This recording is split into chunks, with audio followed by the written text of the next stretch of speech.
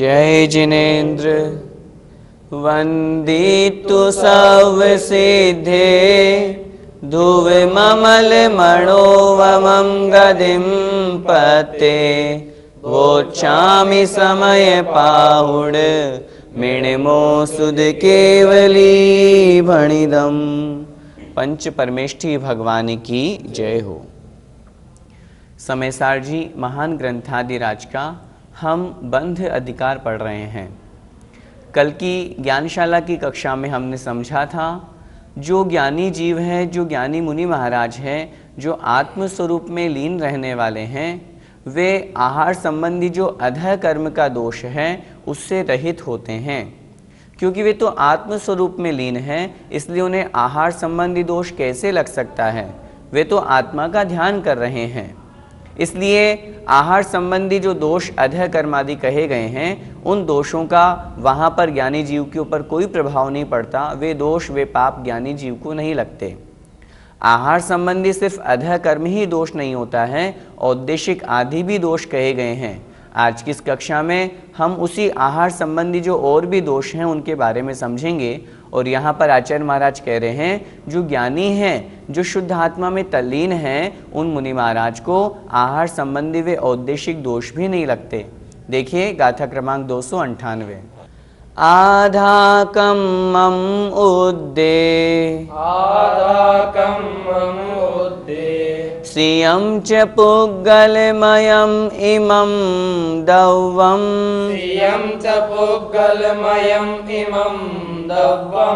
कहतं मम होदिकदं जम्निच्चमचेदनं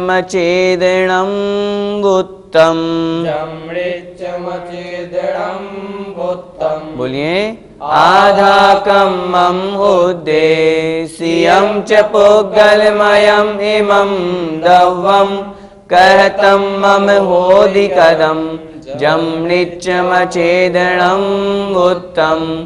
आधाकं मम उद्देश्यं च पुग्गलमयं इमं दव्वं कहतं मम होदिकदं जम्निच्चमचेदनं वुत्तम। हम गाथा का शब्दशः अर्थ समझते हैं। आधाकं मम उद्देश्यम, यहाँ पर उद्देश्यम शब्द एक ही है। अभी जो हमने उच्चारण किया उसमें भले ही हमने अलग अलग बोल दिया हो, लेकिन एक साथ एक ही शब्द में ग्रहण करना है, उद्देश्यम।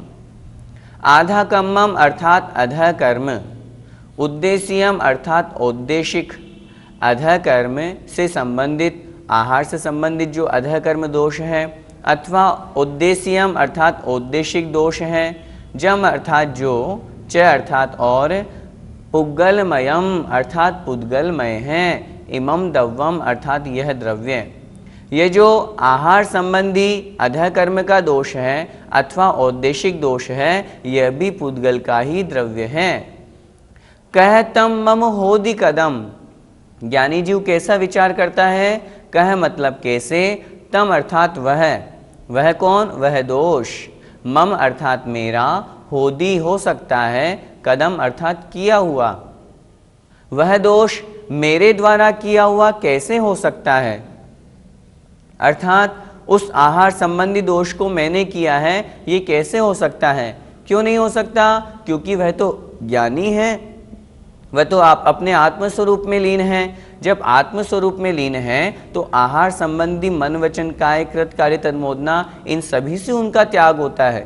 इसलिए तीसरी पंक्ति में कह रहे हैं भगवान, कहतम मम होदिकदम, अर्थात वह जो आहार संबंधी अधः कर्म और औद्देशिक दोष है, वह मेरे द्वारा किया हुआ कैसे हो सकता है? क्यों नहीं हो सकता? जम नित्यम अचेदनम वुत्तम, जम अर्थात जो, नित्यम अर्थात नित्य हमेशा ही, अचेदनम अचेतन, वुत्तम अर्थात कहा गया है। वह जो भोजन है वह तो पुद्गल है, उससे संबंधित जो दोष है वह तो अचेतन है, और वो जब अचेतन कहा हुआ है तो वह मेरा किया हुआ कैसे हो सकता है? बहुत स्पष्ट सी बात आचार्य भगवान यहाँ कह रहे हैं, क्योंकि ज्ञानी जीव का स्वभाव है ज्ञान दर्शन में तल्लीन रहना, ज्ञान दर्शन रूप स्वभाव को प्राप्त होना। आहार आदि करना, भोजन ग्रहण करना, अधः कर्म, औद्देशिक आदि जो दोष बताए गए हैं, जो 46 दोष बताए गए हैं, वो तो अचेतन हैं, वे तो पुद्गल के निमित्त से होते हैं, वो जीव के कैसे हो सकते हैं। यदि हम इनको जीव का मान लेंगे तो फिर तो ये जीव से कभी छूटेंगे ही नहीं, ये तो जीव का स्वभाव हो गए।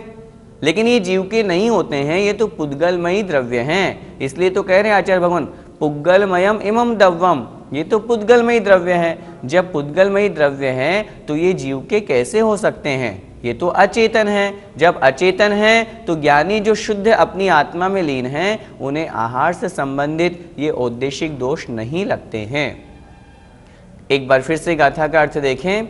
आधा कम्मम अर्थात अधः कर्म, उद्देश्यम अर्थात औद्देशिक, आदिक अर्थात आदि जो शब्द हैं, आदि जो दोष हैं, ये सब पुद्गलमयम इमम दव्वम, ये सब दोष पुद्गलमयी द्रव्य के हैं। कहतम मम होदि कदम, ज्ञानी जीव कैसा सोचता है, ये मेरे कैसे हो सकते हैं, मेरे द्वारा किए हुए कैसे हो सकते हैं। क्यों नहीं हो सकते?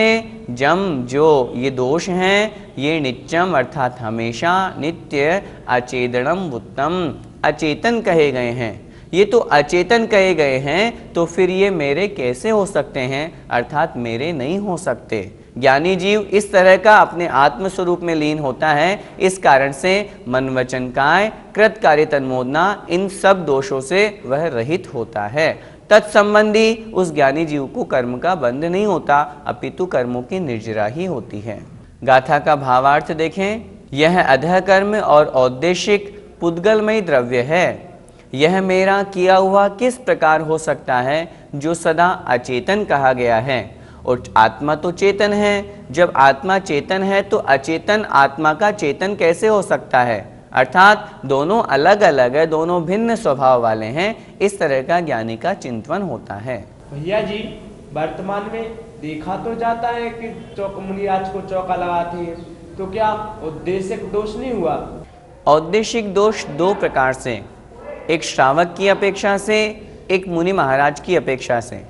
मुनि की अपेक्षा से औद्देशिक दोष कैसे होता है? यदि कोई मुनि कहे, पहली बात तो हम यहाँ पर यह समझें, यहाँ पर ज्ञानी जीव की चर्चा चल रही है।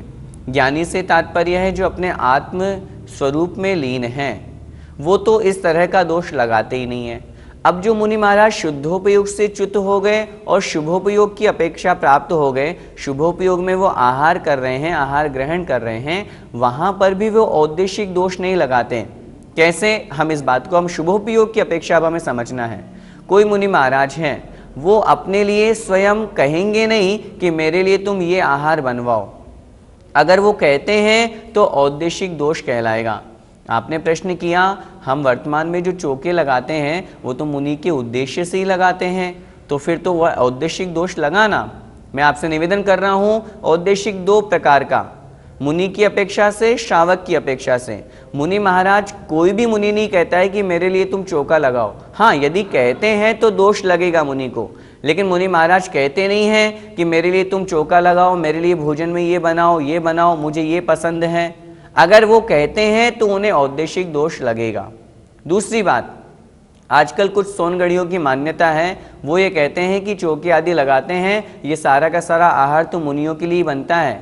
जब मुनियों के लिए ही बनता है, साधुओं के लिए ही बनता है, तो फिर तो उन्हें ग्रहण करने में उन मुनि महाराज को भी औद्देशिक दोष लगेगा, श्रावकों को भी औद्देशिक दोष लगेगा। तो फिर तो वर्तमान में जो है वो सच्चे मुनि है ही नहीं है। अच्छी तरह से हमें इस बात को समझना है, औद्देशिक दोष मुनि की अपेक्षा। कैसे? अगर मुनि स्वयं कह रहा है कि मेरे लिए ये चौके में ये बनाओ, मेरे लिए चौका लगाओ, तो दोष लगेगा। श्रावक की अपेक्षा कैसे? यदि श्रावक ये कहे कि ये आहार में मुनि के लिए ही बना रहा हूं, तो वह श्रावक की अपेक्षा से औद्देशिक दोष कहलाएगा। बहुत बार ऐसी स्थिति होती है, अगर चौके में मुनि महाराज को ये पता चल जाता है कि ये वस्तु सिर्फ मेरे लिए बनी है, तो वे मुनि महाराज उस वस्तु को ग्रहण ही नहीं करते। क्यों? क्योंकि वो औद्देशिक दोष के त्यागी हैं। लेकिन यदि श्रावक हैं, पूज्य मुनिश्री अपने प्रवचनों में बहुत बार कहते हैं, श्रावक ने भोजन बनाया, श्रावक ने चौका लगाया, मुनि महाराज यदि उसके पुण्य उदय से आते हैं, बड़े भक्ति भाव से, नवदा भक्ति पूर्वक वो उन मुनि महाराज को आहार कराता है। लेकिन यदि मुनि महाराज नहीं आते हैं, तो वह उस भोजन का क्या करता है? उस भोजन को स्वयं ग्रहण करता है कि नहीं करता? जब वो स्वयं ग्रहण करता है तो फिर वह भोजन मुनि के लिए बनाया हुआ कैसे हो सकता है? हाँ, अगर वो स्वयं भोजन ग्रहण नहीं करें, वो तो ये संकल्प लेकर के भोजन बनाएं कि मैं तो मुनि के लिए ही भोजन बना रहा हूँ, मैं तो साधुओं के लिए भोजन बना रहा हूँ, यदि वो आएंगे तो खिलाऊंगा, नहीं आएंगे तो मैं फेंक दूंगा। उस भोजन को हम फेंकते हैं क्या? नहीं फेंकते। बड़े प्रेम भाव से, स्नेह भाव से और अच्छा अपना पुण्योदय मान करके कि देखो आज मुझे मुनि महाराज के निमित्त से शुद्ध भोजन करने का सुअवसर प्राप्त हुआ है, इस तरह का भाव रख करके उस शेष बचे हुए भोजन को हम स्वयं ग्रहण करते हैं। उस भोजन को जब हम स्वयं अपने लिए बनाए हैं तो फिर वह औद्देशिक कैसे हो सकता है? अपने यहाँ तो श्रावक के कर्तव्य में लिखा है, मुनि को भोजन दे फेर निज करहि आहारे। हम आहार कब करेंगे? मुनि महाराज को आहार दे करके। तो मुनि महाराज को आहार देंगे तो क्या आहार नहीं बनाएंगे, भोजन नहीं बनाएंगे? अरे भाई, भोजन बनाना है तो वह मुनि के लिए बनाना है, हम ऐसा क्यों सोच रहे हैं? आचार्य श्री क्या कहते हैं, यदि हमें कभी चौका लगाना है, हम क्या करें? अपने घर से सामान लें, सामान लेकर के जहाँ मुनि महाराज हो वहाँ पर पहुँचें, वहाँ पहुँच करके संकल्प लें, मैं यहाँ 10 दिन रुकूंगा, 10 दिन में स्वयं शुद्ध भोजन करूँगा, अगर मेरा पुण्य उदय हुआ मैं मुनि महाराज का पड़गाहन करूँगा, आचार्य श्री मुनिश्री कोई आते हैं मैं उन्हें बड़े भक्तिभाव से, नवोधा भक्ति से उन्हें आहार दूंगा, अगर नहीं आते हैं तो मैं खुद शुद्ध भोजन ग्रहण कर रहा हूँ कि नहीं? अगर हम ऐसा मानेंगे कि मुनि के लिए ही भोजन बनाया हुआ है तो यह औद्देशिक दोष है। हाँ, अगर कोई मुनि महाराज एक ही चौके में जाए, अगर कोई मुनि या आर्य का ये कहे कि मुझे तो वहीं जाना है, मुझे तो वही खाना है और अपनी मनपसंद का भोजन बनवाते हैं, तो उनके मूल गुणों में दोष हैं, तो वे औद्देशिक दोष के भागी कहे जाएंगे। लेकिन जो सच्चे मुनि महाराज हैं, जो आगम के अनुसार चर्या कर रहे हैं, हम और आप श्रावक लोग मिलकर के उनके लिए चौका लगा रहे हैं, वे मुनि महाराज किसी भी अपेक्षा से औद्देशिक दोष के भागी नहीं हैं, आगमन के अनुसार चर्या करने वाले मुनि महाराज हैं। अरे एक दो मुनि महाराज यदि आगम के अनुसार नहीं है चर्या करने वाले, तो हम पूरे पंचम काल में मुनि ही नहीं होते हैं, ऐसा कैसे कह सकते हैं? हम चर्या तो देखें, जहाँ चर्या गड़बड़ हो हम तो खुद स्पष्ट कहते हैं, सच्चे गुरु अच्छी तरह से परख करके फिर हमें नमोस्तु करना चाहिए। जहाँ 28 मूल गुणों का पालन बहिरंग में नहीं दिख रहा तो अंतरंग में कैसे होगा? हम उन्हें मुनि कैसे माने? 28 मूल गुण देख करके हम उन्हें नमोस्तु करेंगे। जहाँ 28 मूल गुणों का पालन नहीं हो रहा है वो मुनि कहलाने की योग्य नहीं है, मूलाचार्य जी में स्पष्ट लिखा हुआ है। तो इसलिए औद्देशिक दोष उन मुनि महाराज की अपेक्षा से भी नहीं लगता। हाँ, श्रावक में फिर एक स्थान पर गया, एक उदाहरण से हम समझें, वहाँ पर देखा एक स्थान पर बाहर की तरफ भोजन बन रहा, एक अंदर किचन में भी भोजन बन रहा। उनसे पूछा, आप दो जगह भोजन क्यों बना रहे हो? उन्होंने उत्तर दिया, ये जो बाहर बन रहा है ये तो मुनि महाराज के लिए बन रहा है चौके में। पूछा, अंदर? अंदर हम लोगों के लिए बन रहा है, हम थोड़े ना ये वाला भोजन करेंगे जिसमें ना कोई नमक तेल मिर्ची न घी कुछ नहीं है। ये औद्देशिक दोष लगेगा श्रावक की अपेक्षा से। श्रावक ने उद्देश्य लेकर के, संकल्प लेकर के वो आहार मुनि महाराज के लिए बनाया है, इसलिए उन सज्जन को वहाँ दोष लगेगा। होना क्या चाहिए कर्तव्य? हम पूरा भोजन एक साथ बनाएं, मुनि महाराज आते हैं तो भोजन कराएं, आहार कराएं, अन्यथा हम स्वयं ग्रहण करें और करते भी हैं। इस गाथा का पद्यानुवाद पढ़ते हैं।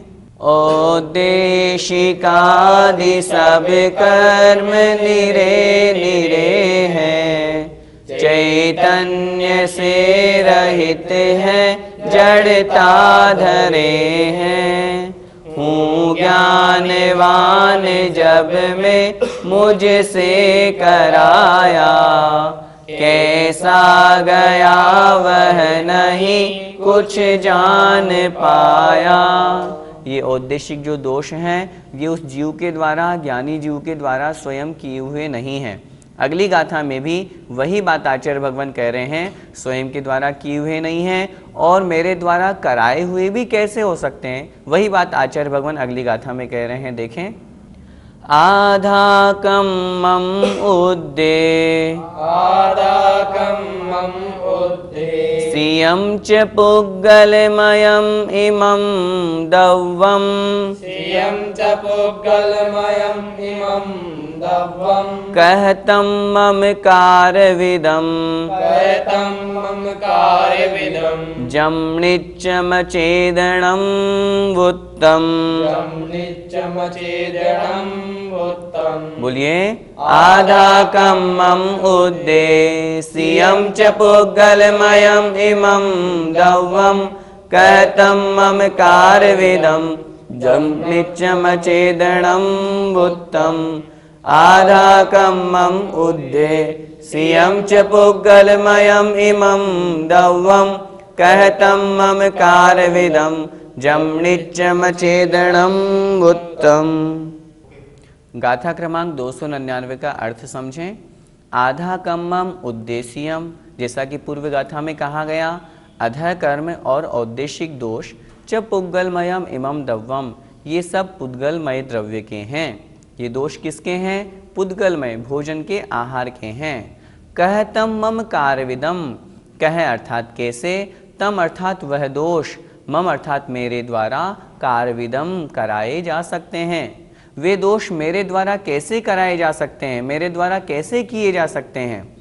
जम नित्यम चेदनम वुत्तम, जो कि नित्य अचेतन कहे गए हैं। ये दोष तो पुद्गल के हैं, पुद्गल अचेतन हैं। जब ये अचेतन कहे गए हैं तो फिर ये मेरे द्वारा कैसे कराए जा सकते हैं? जैसा कि पूर्व में गाथा में पढ़ा था, मेरे द्वारा कैसे किए जा सकते हैं, ठीक उसी प्रकार ये मेरे द्वारा कैसे कराए जा सकते हैं। अर्थात ज्ञानी जीव तो अपने आत्मस्वरूप में लीन हैं, उन ज्ञानी जीव के ये दोष कैसे होंगे, अर्थात उनके द्वारा ये दोष भी नहीं कराए जाते, इस तरह का उनका तो भाव भी नहीं होता। गाथा सरल है, इसलिए हम इसका भावार्थ देखते हैं। यह अधः कर्म और औद्देशिक पुद्गलमय द्रव्य है, वह मेरे द्वारा किस प्रकार कराया जा सकता है, जो सदा अचेतन कहा गया है। ये दोष तो अचेतन है, पुद्गल के हैं, इसलिए चेतन आत्मा के द्वारा कैसे कराए जा सकते हैं, अर्थात नहीं कराए जा सकते। आइए इस गाथा का पद्यानुवाद पढ़ते हैं। औद्देशिकादि सब कर्म निरे निरे हैं, चैतन्य से रहित है, जड़ता धरे हैं।